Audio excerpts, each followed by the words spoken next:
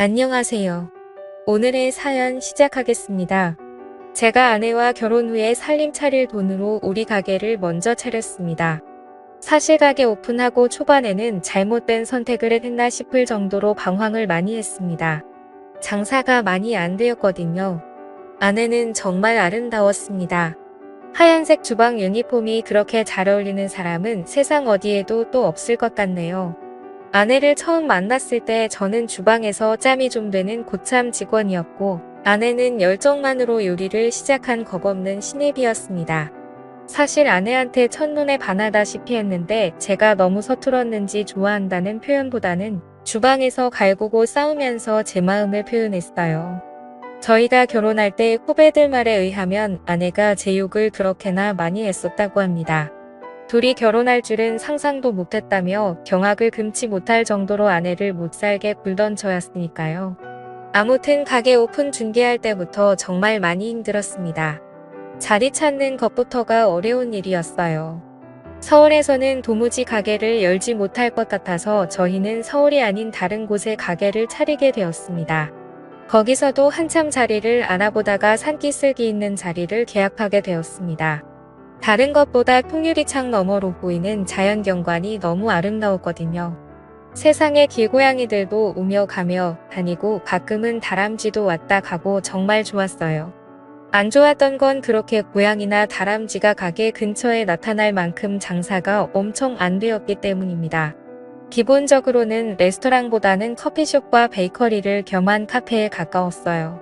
아무래도 위치적인 여건이 안 좋다 보니 금방 상하는 식재료들을 오래 보관하는 것보다 차라리 커피와 빵을 파는 게 경제적으로 더 손실이 적을 거라 판단했기 때문입니다.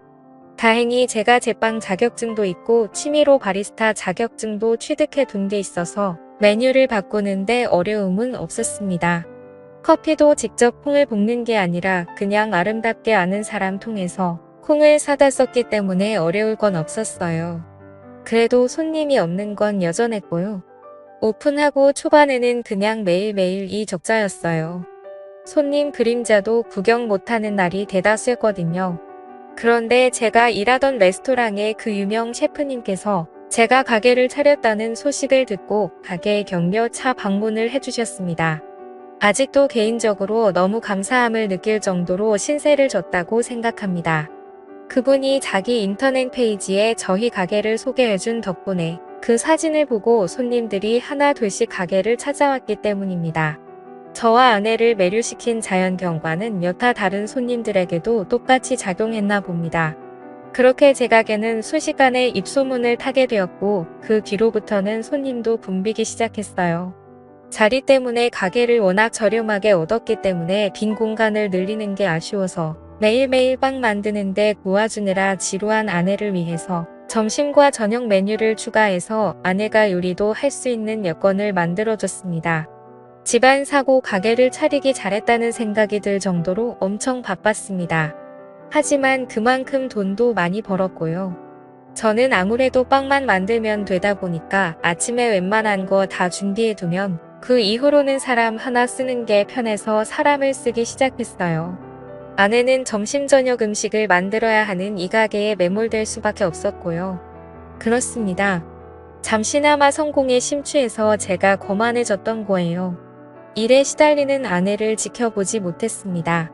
그저 예전보다 돈을 훨씬 더 잘 벌게 된 제 자신에 심취해서 그 이후로는 제가 무슨 성공한 사업가라도 된 것처럼 인맥 관리한다고 밖으로 쏟아내는 게 일이었어요. 아내는 그런 저를 보고도 묵묵히 자리를 지켜줬습니다. 아내가 과로로 쓰러진 건 조금 지나서의 일입니다. 주방을 정기적으로 청소하기로 한 날이었는데 그날은 제가 뭐 그렇게 기분이 좋았는지 직원들 데리고 회식하겠다고 청소는 나중에 하자고 고집을 부렸어요. 음식점의 기본은 깨끗한 주방인데 솔직히 그날은 그냥 술이 마시고 싶었나 봅니다. 아내는 끝까지 청소를 해야 한다는 입장이었고 저는 놀 때 놀고 일할 때는 일하는 거라며 고집을 부려 혼자서라도 청소를 하겠다던 아내를 뒤로 하고 저는 직원들과 근처 삼겹살집으로 향했어요. 한참 노래방에서 밤새 술 마시고 놀며 회식을 즐기고 있는데 직원 중에 한 명이 사모님한테 전화가 왔다고 말해줬어요. 늦게 온다고 잔소리나 하려나 보다 하고 저는 안 받는다 전화를 무시하고 신나게 놀았고요.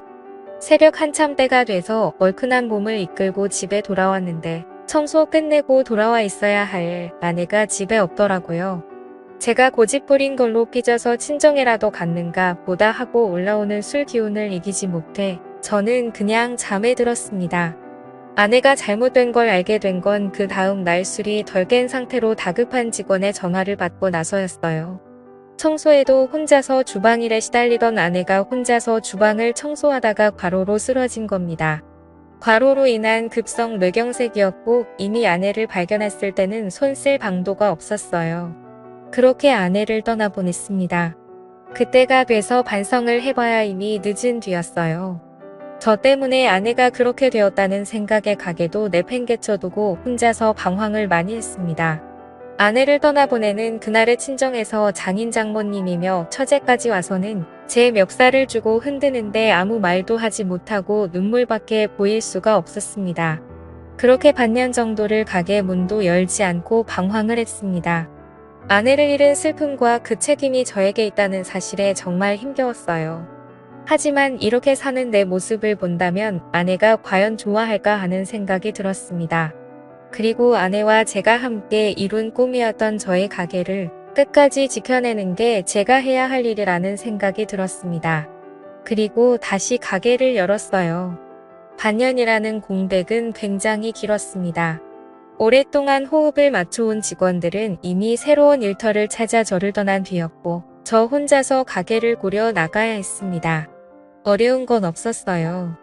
자리를 비웠던 시간만큼 손님도 떨어졌고 저는 제가 늘 하던 대로 아침에 일찍 나가 빵을 굽고 점심과 저녁에는 아내가 짜놓은 메뉴대로 음식을 하면 되었거든요. 저도 요리를 하던 사람이기 때문에 아내만큼은 아니지만 어느 정도의 맛을 낼 수는 있었습니다. 다시 가게를 열었다는 소식에 감사하게도 그동안 자주 와주던 단골 손님들은 시간을 내서 가게를 찾아와 주었습니다. 아내의 소식을 들었다며 건네는 심심한 위로도 듣고 가끔씩은 자주 오겠다며 저를 응원해줬어요. 이렇게 소소하게 장사를 하며 가게를 이어나고 있던 어느 날 아내가 있을 때는 가게의 시그니처 메뉴라고 해도 무방한 봉골레 파스타가 제가 음식을 하기 시작한 이후로는 판매량이 급감했다는 걸 깨닫게 되었어요. 얼굴을 트고 지내는 단골 손님들한테 혹시 저의 봉골레 파스타가 아내의 것과 다른 게 있냐는 질문을 했는데 그들에게서 하나같이 여전히 맛있지만 평소에 즐겨 먹던 그 맛이 아니라서 생각보다 손이 가지 않는다는 말을 들었습니다. 아내와 메뉴를 만들며 레시피를 같이 짰는데 뭐가 그렇게 다른가 하는 생각이 들어서 그 자리에서 제가 시식을 해봤습니다. 그런데 역시나 아내와 같이 메뉴를 구상할 때 하던 대로 똑같이 음식을 했는데 아내가 해주던 그 맛이 아니었던 거예요. 아내와 같이 구상한 메뉴이기도 하고 그동안 가게에서도 잘 팔리던 메뉴였기 때문에 맛이 달라졌다고 한들 메뉴에서 빼고 싶지는 않았습니다. 여전히 단골이 적은 장사를 하게 되었지만 그 맛을 내지 못하는 상황에 주문은 거의 없는 거나 마찬가지였어요. 어느 날 평소와 같이 새벽 일찍 출근해 혼자 분주하게 주방을 오가며 빵을 만들고 있던 어느 날이었습니다. 오픈 시간이 아직도 한참 남았는데도 불구하고 밖에서 누군가 문을 두드리는 소리가 나서 나가봤어요. 깜짝 놀랐습니다. 아내가 살아 돌아온 줄 알았어요. 눈앞에 서 있던 건 아내가 아니라 아내의 여동생 처제였습니다. 아내가 그렇게 된 것에 대해서 저의 책임이 분명했기 때문에 아내가 떠난 뒤로는 처가와는 연락을 끊고 지내고 있었습니다. 아내와 닮은 처제의 모습을 보고 놀라기도 했지만 아닌 꼭두 새벽에 처제가 가게까지 찾아왔으니 저는 정말 놀라고 말았죠. 처제는 카운터 쪽 바에 걸터 앉아 빵을 오븐에 집어넣고 있는 저를 바라보곤 했었습니다. 별다른 말은 하지 않고 아내가 있었다면 이리저리 분주하게 돌고 있었을 동선을 아쉬운 듯이 계속 바라보고 있었습니다. 빵의 준비가 다 끝나고 저는 처제에게 다시는 못 볼 줄 알았는데 여기까지 어쩐 일이냐고 물어봤어요. 처제는 시큰둥하게 가게를 다시 열었다는 소식을 듣고 찾아와 봤다고 하더라고요. 제가 어떻게 지내는지 확인도 할 겸사겸사요. 연락은 하지 않았지만 장인 장모님도 걱정을 많이 했는데 이제 이겨내고 잘 지내는 것 같아서 보기 좋다는 말을 해주더라고요. 혼자서 계속 가게를 기웃거리던 처제에게 새벽부터 와서 빈속일 텐데 먹고 싶은 거 있으면 말하라고 했어요. 처제는 저에게 봉골레 파스타를 해달라고 하더라고요. 아내가 제일 자신 있어 하는 메뉴란 걸 알았는지 의외의 부탁에 적잖이 당황했습니다. 이윽고 저는 요리를 끝내 처제의 앞에 접시를 올려주었습니다. 처제는 한술 아내의 요리를 따라 한 저희 음식을 맛보고는 이게 아니라는 말을 하더라고요. 그러더니 아내가 입던 앞치마를 메고 주방으로 들어갔습니다. 그리고는 제 앞에 봉골레 파스타를 한 접시 내왔어요. 아내가 담은 것과 비교하면 엄청 서툰 플레이팅이었지만 그 맛은 아내가 만들어주던 그 맛 그대로였습니다. 저는 깜짝 놀랐어요. 처제한테 이건 아내의 맛이라고 어떻게 재현해낸 건지 알고 싶다고 솔직하게 말을 걸었습니다. 처제는 조용히 저를 주방으로 부르더니 처음부터 끝까지 모든 걸 보여줬습니다. 화이트 와인을 넣은 뒤 바지락이 열을 받아 입을 벌리기 전에 타이밍이 가장 중요한 단계라고 설명해 주더군요. 뚜껑을 열었을 때 입을 열지 않은 바지락은 직접 벌려서 꺼내주는 한이 있어도 뚜껑을 여는 시간만큼은 정확하게 맞추는 게 관건이라고 했어요. 그리고 파스타를 볶다가 올리브 오일을 얼마나 넣어야 하는지, 어느 타이밍에 넣어야 하는지 그런 세세한 부분을 전부 다 알려줬습니다. 간단한 순서 몇 가지만 바꿨을 뿐인데 저도 아내가 만들던 그 맛을 금세 재현해내고 말았습니다. 처제는 아내가 자기가 해준 봉골레 파스타를 먹고부터 요리 인생이 시작되었다고 봐도 무방하다며 자랑처럼 이야기했습니다. 그리고 이 봉골레 파스타는 오래전부터 두 사람이 만들어낸 비밀의 결정체라고 봐도 무방한 거였지요. 그리고 처제는 제 가게를 찾아온 이유에 대해서도 말해줬습니다. 인터넷에서 가게가 다시 오픈했다는 소식을 받고 그리고 봉골레 파스타가 늘 먹던 맛이 나지 않는다는 어떤 사람이 올린 게시물도 봤다고 합니다. 형부 때문에 언니를 잃게 된 걸 생각하면 용서할 수 없지만 언니의 인생이라고 봐도 무방할 이 가게에서 언니가 만들던 음식이 이젠 더 이상 맛이 없다는 말을 보는 게 더 참을 수 없는 일이었다고 하네요. 사실 다른 건 몰라도 레시피만큼은 알려줘야겠다는 생각에 찾아왔다는 겁니다. 하지만 처제도 마음이 많이 약해졌나 봐요. 아내의 맛을 찾았다고 기뻐하며 울고 있는 저를 보니 마음이 많이 안타까웠나 봅니다. 제가 아내를 털어내고 이겨낸 것처럼 자신은 물론 장인 장모님도 이제 더 이상 저에게 악감정이 없으니 언제라도 한번 처가에 찾아오라는 말을 했어요. 그날로 바로 처가에 찾아가 눈물뿐을 쏟으며 장인 장모님께도 용서를 받았습니다.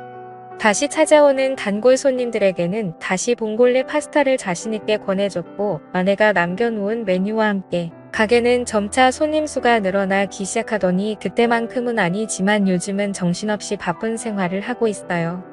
봉골레 파스타 주문이 들어오면 저는 주방으로 달려가 그녀에게 주문이 들어온 소식을 알립니다.